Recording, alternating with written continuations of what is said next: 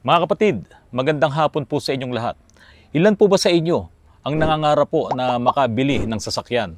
Pero dahil nga po sa napakamahal po ng mga bagong sasakyan ngayon, karamihan po sa atin ay ang gusto na lamang nilang bilhin ay yung mga used car or mga segunda manong sasakyan.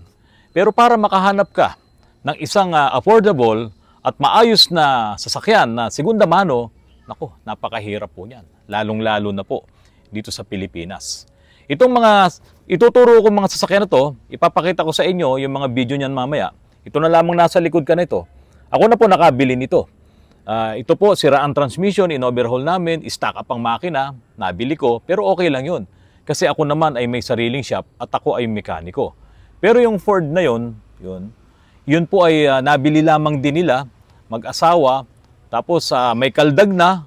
Pagdating dito sa amin, chinek namin, pati yung kanyang manibela, lumalagotok po yan. Sira yung kanyang electronic power steering. Naku, napakamahal ng brand new, 150,000.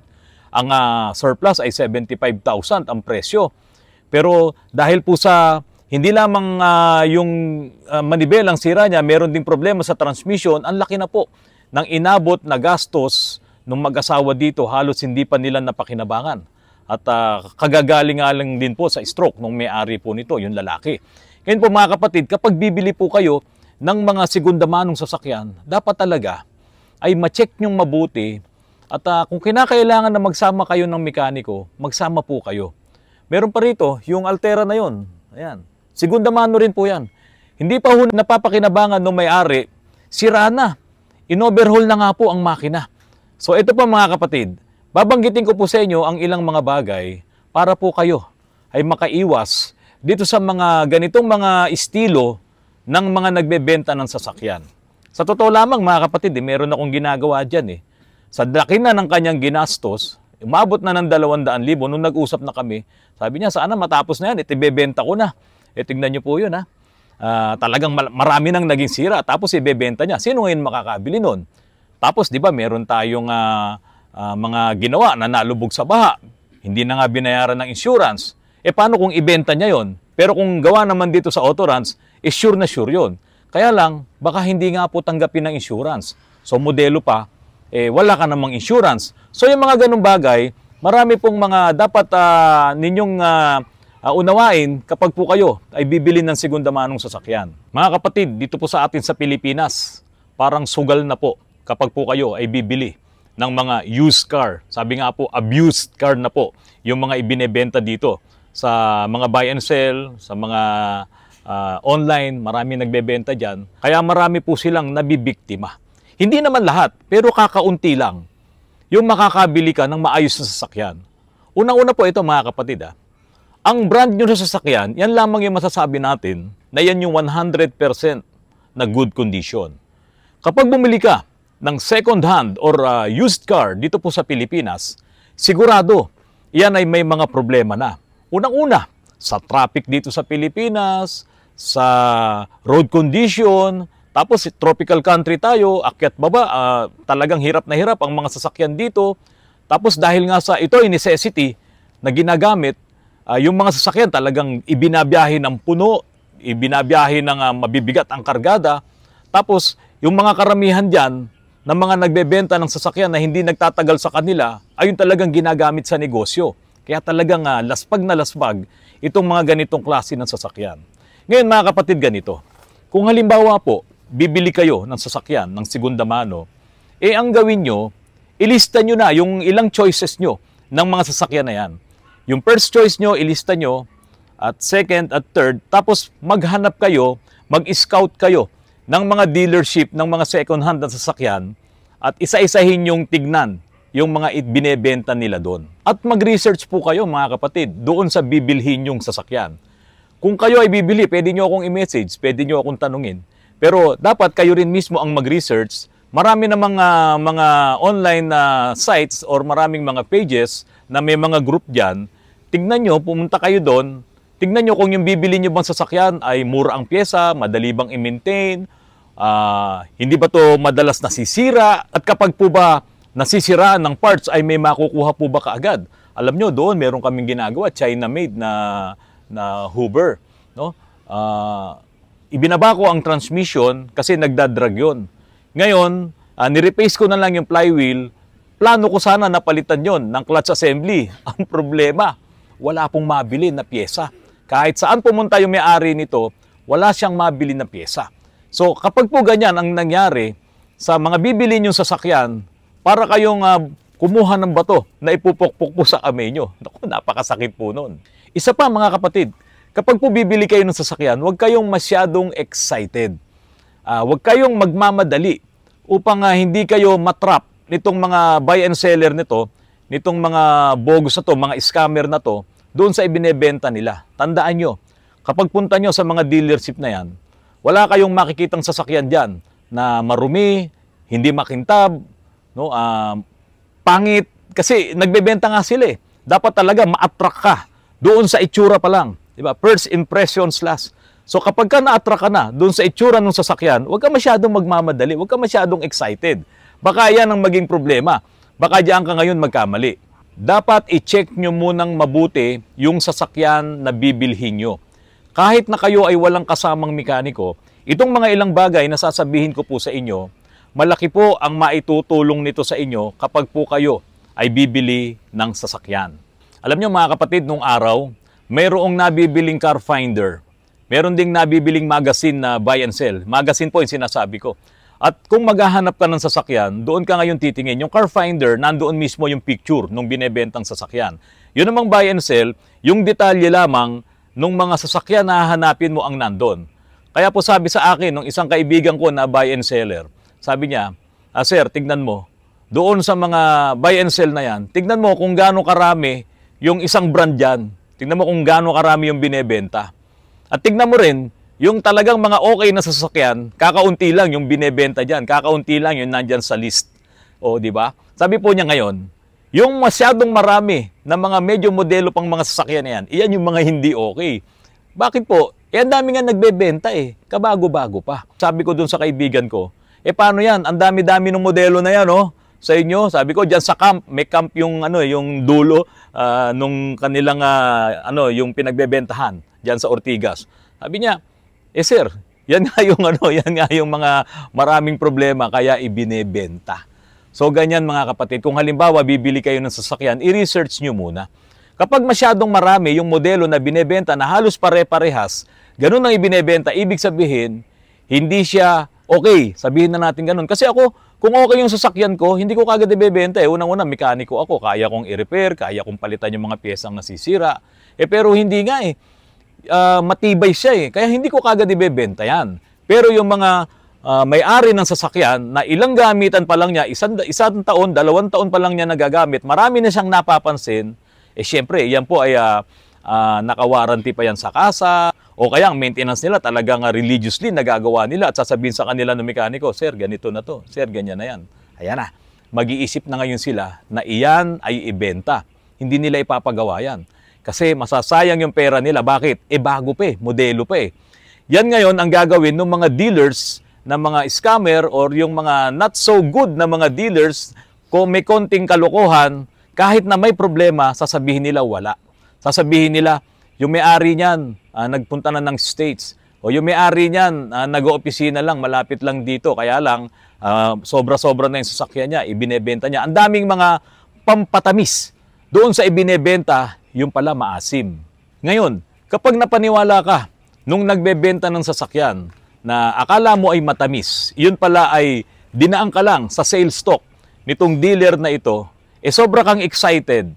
Diba? Ang mangyayari tuloy ngayon, bibilhin mo yan. Kahit na ayaw ng mekanikong kasama mo, hindi, ang ganda nito kasi yung dealer naman hindi ma'am, bawi ka na dito sa magso, sa gulong pa lang, bawi ka na. Saka sa pintura nito, bawi ka na. Sa interior, sa accessories, bawi ka na po dito. Pero sabi ng mekanikong kasama, ma'am, wag, may blow-by, wag mong kunin yan. Diba, may blow-by. Tapos sasabihin naman, ahente, natural lang naman yung may blow-by, sir Kapag talagang ang makina yung maandar, natural lang yan. Walang sasakyan na walang blow-by. Sabi ng mekaniko, sir, ma'am, wag yan kunin nyo. Mapilit. Kasi nga, na-hypnotize na siya nung dealer dahil ipinakita yung magandang unit, yun pala, mayroong problema. Excited yung may-ari. Ayun na, nagkatuluyan ang bilihan at mga ilang linggo lang nandito na sa Autorans. Itong mga sinasabi ko po sa inyo, experience namin dito to nakakausap namin yung mga may-ari at kung paano ang nangyari, ikinekwento po ito nila sa amin. Okay, sige. Kung talagang pasok sa budget mo at gustong-gusto mo, na-hypnotize ka talaga nung dealer, ito ang dapat mong gawin. Kailangan i-road test mo yan ng matagal. Hanggat maaari, 1 oras kang magro-road test, kailangan ma-road test mo yan sa highway na tumatakbo ng 90 to 100 kilometers per hour. Hanggat maaari, yun yung takbo para malaman mo kung meron ba siyang top speed, kung maganda ba ang shifting niya, kung gumagana ba yung kanya lock-up clutch. Dapat lahat mangyari yun. At doon sa umpisa, habang ikaw ay papabilis, mararamdaman mo yung ganda ng shifting. Kailangan walang jerking. At kapag ganun nang nangyari at gumagana lahat yon, syempre hindi naman 5 minuto lang yon. Pwedeng magtatagal ka doon, sabihin mo 30 minutes. At pagbalik mo naman ngayon, dito sa papunta na doon sa dealership, idaan nyo yan sa uphill, downhill para malaman mo kung hindi ba umi-slide ng transmission yan. Baka naman pag medyo paakyat na yan, hirap na siya, ayaw nang kumambyo, mataas na yung RPM, hindi pa rin siya kumakambyo. So yan ang mga dapat nyong gawin. Huwag kayong papayag na hindi mangyari yan. Dahil yan ang mga diskarte ng mga dealers na hindi sila nagpapatest drive ng malayo. Kasi nga, alam nila may problema yung binebenta nilang sasakyan. Kasi po, may mga transmission na kapag ka uminit na, doon na ngayon lumalabas yung problema. Parang bipolar tong mga sirang transmission Meron naman, na kapag ka malamig, ay doon naman nagkakaroon din ng problema. Kaya ang pinaka-importante, bago kayo bumili nitong mga second hand na mga sasakyan na yan, i-check nyo munang mabuti yung takbo niya sa highway, pati dito sa city driving, sa traffic, kailangan ma-check nyo yan para mapalabas nyo yung issue. At kung walang lumabas na issue ngayon, edi okay na yon. Naka-first base na kayo. First base pa lang kasi marami kayong i-check dito. Huwag kayong papayag na doon sa showroom or doon sa dealership, doon sa mga pwesto nila, ay atras abante lang o kaya pinadrive sa inyo, excited na excited kayo. Ganyan-ganyan pa siya, sarap, ang galing. Tapos dinrive mo ngayon, ikot-ikot lang ng konti doon sa kanto, tapos bumalik ka na, okay. Hindi pa kumambyo ng kwarta yon. Hindi mo pa napagana yung lock-up clutch nun. Pag hindi gumana yon, magsisisi ka. Overhaul yan. Kapag hindi gumana yon, magre-rebuild ka. At kadalasan pa, magpapalit ka pa ng computer box niyan, yung pinaka-TCM. Papayag ka ba na gano'n ang bibilhin mo? Kaya po mga kapatid, dapat talagang may test drive. At kung ang sinasabi ng mekaniko nyo, na wag na lang bilhin yon, kasi alam mo, karamihan ng mga mekaniko, yung mga trusted na mekaniko, alam nila ang gastusan dyan At alam din nila na, ma'am, hindi kita matutulungan pagdating sa transmission. Kasi hindi naman lahat ay nakakagawa ng mga automatic transmission. Ngayon, kung okay na yon, okay ang transmission, naka 70% ka na. Hindi ka pa makaka 100%. Nasasabihin mo okay yung nabili mo. Kasi meron pang makina. Pero mga kapatid, yung mga brand new ng mga sasakyan, di ba paglabas sa kasa niyan, yung first month niyan, babalik mo ulit doon para i-check nila, magpalit ng filter, mag-top up ng langis. Kasi mismong yung kasa hindi sila talaga 100% na sigurado doon sa inilalabas na sasakyan sa kanila.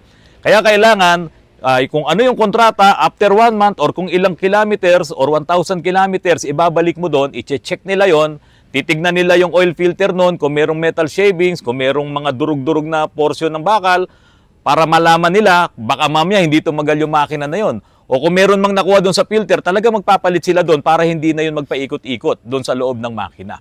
So, babalik na ulit sa'yo, gamitin mo na naman. At kaya nga sila mayroong 3 years na maintenance warranty nila at yung 100,000 kilometers. Kasi hindi nga sila sigurado rin na iyan ay talagang magiging okay sa loob ng mahabang panahon. Ngayon, ikaw, bibili ka ng abused car o used car, tapos ang expectation mo, ito okay na okay to. Wag.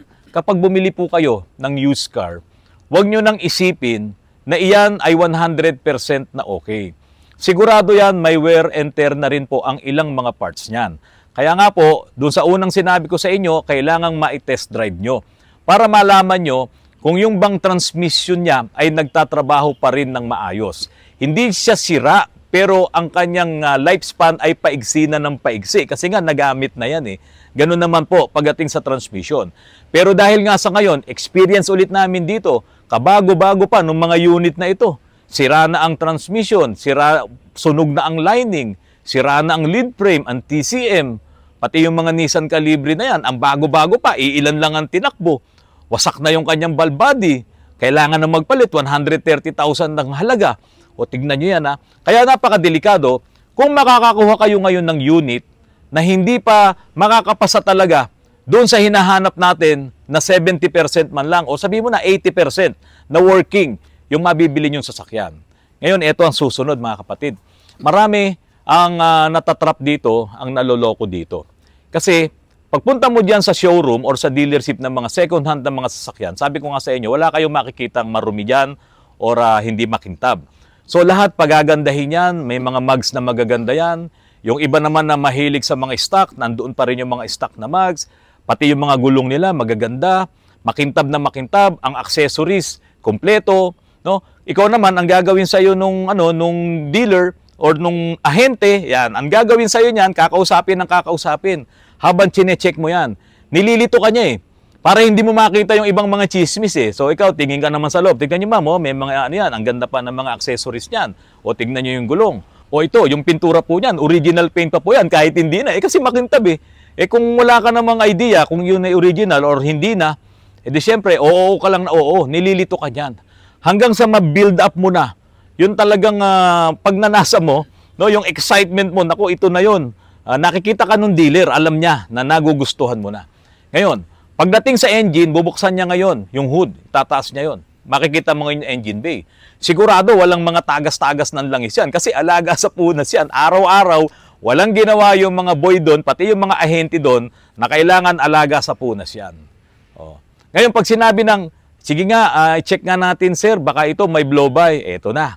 I-start niya ngayon yung engine. Di ba? Tapos siya mismo ang magsasabi, oh ma'am, tignan nyo, oh, tignan nyo yung dipstick, oh. Wala po yung blow-by, ha, oh, yan, oh, tignan nyo, oh, yung walang umuusok, di ba? Uunahin niya kagad yun, oh, tignan nyo ma'am, walang umuusok. Tapos, doon sa oil cap, tatanggalin din niya yun. Oh, walang usok yan ma'am, walang umuusok. Sa oil cap, okay lang minsan may talsik. Kasi po, nandoon yung camshaft. Yung lakas ng ikot ng camshaft na yon, nagpapatalsik ng oil yon. Pero hindi dapat yung bumubuga talaga. Mali na yung pag bumubuga ng malakas, yung parang nagpapump na ng langis. So kung may konting-konting talsik, binuksan yung oil cap, okay lang yon. Huwag lang po talaga doon sa suksukan ng dipstick. Pero dahil nga sa nung in-start niya, ipinakita niya kagad doon sa may-ari, o yan mama, walang usok yan, walang talsik yan. Okay, o doon sa lalaki, o nga no, walang talsik no. Napaniwala niya kagad na okay yung kanyang engine. Mga kapatid, ito po, sasabihin ko sa inyo. Yung mga makina po natin, sa unang start mo at cold start, wala pa pong talsik yan. Wala pa rin pong usok yan. Kasi nga po, malamig pa doon sa loob ng makina. Wala pang magiging dahilan para umusok doon sa loob ng makina. Kayang-kaya pa nung langis yun, hindi pa siya mapapausok kasi malamig pa yung buong engine. Pero kapag uminit na yung langis at nagkakaroon na yan ng konting steam, kung yan ay may problema, kung yan ay may blow-by na doon sa mga piston ring at doon sa cylinder wall, uusok talaga yan, lalabas talaga yung steam na yon doon sa dipstick kasi wala siyang ibang pupuntahan. Kapag malakas na yung steam na yon, lahat ng inilalabas doon sa kanyang breather ay kulang na yung daanan na yon, dito na yan lalabas mismo sa suksukan ng dipstick. Pero yon, kapag mainit na yung makina. Kaya kung gusto nyong malaman kung talagang may blow-by, yung bibili nyong sasakyan, painitin nyo muna yan. O kaya i-road test nyo muna ng i-road test yan, tulad nung sinabi ko doon sa transmission, at after ng road test, i-check nyo ulit ngayon yung kanyang blow-by doon sa dipstick. Pag walang usok at walang tumitilamsik, ayan, naka 80% na po kayo doon sa bibili nyong sasakyan. 80% na good na siya. Yung remaining na 20% doon ay para doon sa mga pang-ilalim, doon sa ibang mga spare parts niya na pwedeng maiingay, na pwedeng ginawan lang ng paraan para mawala yung ingay. Pero at least kahit paano, doon sa transmission at sa engine, medyo pasok na po at okay na po kayo doon. Kung walang usok doon sa dipstick at walang tilamsik ng langis doon sa dipstick. Pero kapag nakita nyo na nagkaroon na rin ng usok doon sa tambucho, di ba? Hindi lang doon sa dipstick, tapos gustong-gusto mo pa rin bilhin, Brad, ma'am, huwag niyong bibilhin yan. Lalaki po talaga ang problema nyo. Babasihan nyo rin yung kanyang tinakbo, yung kilometro na tinakbo niya. Halimbawa, 3 years pa lang yung sasakyan, o 2022 model, 2025 ngayon. tapos ang tinakbo niya ay nasa 12,000 lang or 10,000 lang, tapos yung mga upuan medyo faded na, yung kanyang ilang pyesa sa loob o yung accessories medyo faded na, huwag kang maniniwala doon. Baka iyon ay napihit lang. Baka iyon ay nagawan lang nila ng magic, yung tinakbo po niyan. Kasi may nabibili naman talaga na gadget para baguhin yung odometer reading. Meron pong nabibili niyan. Tignan nyo po, sa online meron yan. Pero ako, hindi ako bibili niyan para hindi nyo po ako mapagsuspetsahan na ako po ay gumagawa ng mga ganyang kalukuhan nitong mga nagbebenta ng mga abused car. So mag-ingat din po kayo sa pagbili nung mga sobrang gandang sasakyan na ang tinakbo ay ilang daan libo na, 300,000, 400,000, pero pagbili mo, iminamatch lang nila doon sa edad ng sasakyan yung kilometraheng tinakbo. Kasi ang average po kasi 10,000 to 12,000 a year. Kaya kung 5 years yung sasakyan na nakita mo, na naka-display, tapos ang tinakbo niya ay almost 60,000 lang din, so possible tama yung kanyang tinakbo doon sa edad ng sasakyan. Pero yun pala ay gamit pala yun sa taxi or ex-grab or mga TNBS. Umikot na po ng umikot yung makina nun, umikot na lahat ang bearing nun. Ibig sabihin, laspag na po yun. Dahil nga po sa ang ginagawa nila, ginagamitan nila yun ng gadget para maibalik yung mababang tinakbo ng sasakyan. Ayan, mapepeki po kayo dyan. Kaya dapat maging maingat po kayo. Kung meron talaga kayong gustong bilhin na gustong-gusto nyo at medyo mahal, halimbawa ang usapan milyon o 1 milyon, 1.2 milyon, o kahit nga sabihin mo kahit 700,000, malaking pera na yun eh. Kung anong brand yun, dali nyo sa kasa.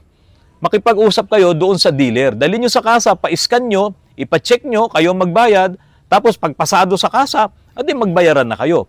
Yan po ang isa sa pinaka-okay na gagawin nyo. Papayag siguro ang dealer dyan kung wala siyang itinatagong kalokohan. Kasi kasa yun eh. Hindi naman yun magsisinungaling. Hindi naman siya ilalaglag nun. Pero kung talagang may kalokohan, itong si dealer, at hindi siya papayag na i-road test nyo ng malayo, mabilis ang takbo, at idalin nyo rin sa mga rough road, o kaya i-road test nyo rin sa mga traffic na mga lugar, pag hindi siya pumayag doon, back out na po kayo dyan. Huwag nyo nang bilhin yan. Sigurado may malaking problemang itinatago ang dealer niyan, kaya ayaw niyang ipa-test drive. Huwag po kayo maniwala doon na hindi, kasi baka mamaya maaksidente, baka ganito, ganyan. Paano naman yung pera mo? Baka mabili mo, may problema. Kaya yan po, ipag-iisipan yung mabuti yan. Ngayon, kung halimbawa papayag si dealer na magkaroon kayo ng kasulatan na kapag halimbawa magkaroon ng major problems na lang, no? Kasi second hand naman yan eh. Halimbawa, nasira ang transmission, sa loob lamang ng 2 araw, naramdaman nyo na may sira ang transmission, pwede nyo daling kasi sa kasa eh. O maging yung kanyang makina, dalhin nyo sa kasa, ipacheck nyo. After 2 days or after 3 days, dun sa kasulatan nyo, magkaroon ng ganung problema, dapat may solian. Solian ng sasakyan at isosoli din ang pera mo. Kapag hindi pa rin po siya pumayag doon, huwag nyo nang bilhin yan. Maghanap na lamang po kayo, yung kahit na hindi maganda ang pintura, no, ay yung hindi naman laspag talaga na yung may-ari, kakilala nyo, or meron talaga kayong kaibigan na kakilala niya yon, o dalhin nyo sa talyer, dalhin nyo sa kasa, ipacheck nyo, yun ang bilhin nyo. Huwag doon sa mga naka-display na talagang iyan ay pinatamis lang. Kung talagang iyan ay maayos, hindi siya tatanggi doon sa gusto nyong mangyari. Mga kapatid, sana po nakuha nyo yung ilang mga sinasabi ko kung kayo po ay bibili ng segunda manong sasakyan. Kasi po, napakamahal na mga brand new na sasakyan ngayon. At marami po ang mga blacklisted na sa mga financial institution na bumili ng mga low down payment or no down payment tapos hindi nila nabayaran, sigurado blacklisted na po kayo doon sa mga bangko kapag kayo ay bibili na naman ng hulugan. Yun lang naman ang kaya ng karamihan po sa atin, mahirap bumili ng cash. Kaya ngayon, ang iba po sa atin na ganun ang nangyari na hindi na ngayon makabili sa mga auto loan or sa mga bank loan, pupunta ngayon dito sa mga segunda mano. Kaya po, yung mga sinabi ko hanggat maaari, tandaan nyo po yon bago kayo bumili ng sasakyan para hindi naman masayang ang inyong mga pera at mapakinabangan nyo yung sasakyan bibili nyo. Mga kapatid, marami rin pong mga legit na mga dealers or mga buy and seller na pwede nyong mapuntahan at makausap nyo sila. Marami po yan.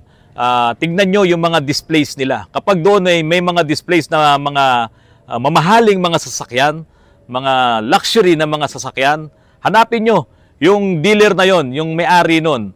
At malamang, baka siya ay makausap mo ng maayos. At sigurado ako, yung mga binebenta niyan maayos. Pero kung ang kausap mo lang ahente, o ang kausap mo lang na sinasabing ang may-ari niyan si ganito, kaibigan ko ang may-ari niyan, medyo off muna kayo doon. Kailangan pagbibili kayo ng isang sasakyan na kahit paano medyo mahal na sa tingin nyo, ang magandang makausap nyo ay yung mismong may-ari ng buy and sell na yan. Kasi sigurado, hindi kayo mapapahiya kapag kinausap nyo siya doon sa mga gusto nyong mangyari. Okay mga kapatid, ito pong Ford Ranger na to, segunda mano rin nabili. Inayos namin, in-overhaul namin, kaso sira yung 4 na injectors. Wala pa, hindi pa nakakabili yung may-ari. Tapos yung Honda Civic na yon, medyo luma na, ganun din, nabili. Tapos hindi na pala okay, in-overhaul na rin namin ng makina. Ito naman yung Ford Everest titanium na sinasabi ko po sa inyo, okay na po ito. Iaayos na lamang namin yung handbrake, medyo mahina. Bukas na bukas iaayos namin para doon sa may-ari po nito, kung mapapanood nyo po ngayon yung vlog ko na to, handbrake na lamang at iaano namin yung TPMS, i-recalibrate namin doon sa scanner yung tire monitoring para po mawala yung kanyang yung kanyang check engine doon sa TPMS. At sabi ko nga po sa inyo, pati yung Altera po na yon, ayan, ganun din, nabili ng second hand, halos lahat ng mga sasakyan na nandoon, nabibili nila ng second hand, tapos sira lahat. Siyempre, pag dinila dito sa amin halos lahat yan may mga problema na. Pero karamihan nga ho, nung mga nagdala dito ng sasakyan, nabili nila ng second hand, ayan na, sira na. Kaya ipinapagawa na sa amin. Kaya po mga kapatid, mag-ingat kayo sa pagbili ng second hand. Kung kaya naman talagang bumili ng brand new, at wala kayong alam sa pag-maintain ng sasakyan, pwede kayong bumili ng brand new. Pero piliin nyo na yung magandang klaseng sasakyan. Kung ako tatanungin nyo, huwag kayong bibili nung mayat maya nandito sa amin. Yung marami kami dito, tulad nung binanggit ko kanina. Huwag kayong bibili nun, yung madalas masira. Mga kapatid, magandang hapon po sa inyong lahat at maraming salamat sa patuloy na pagtangkilik nyo po sa aking mga vlogs.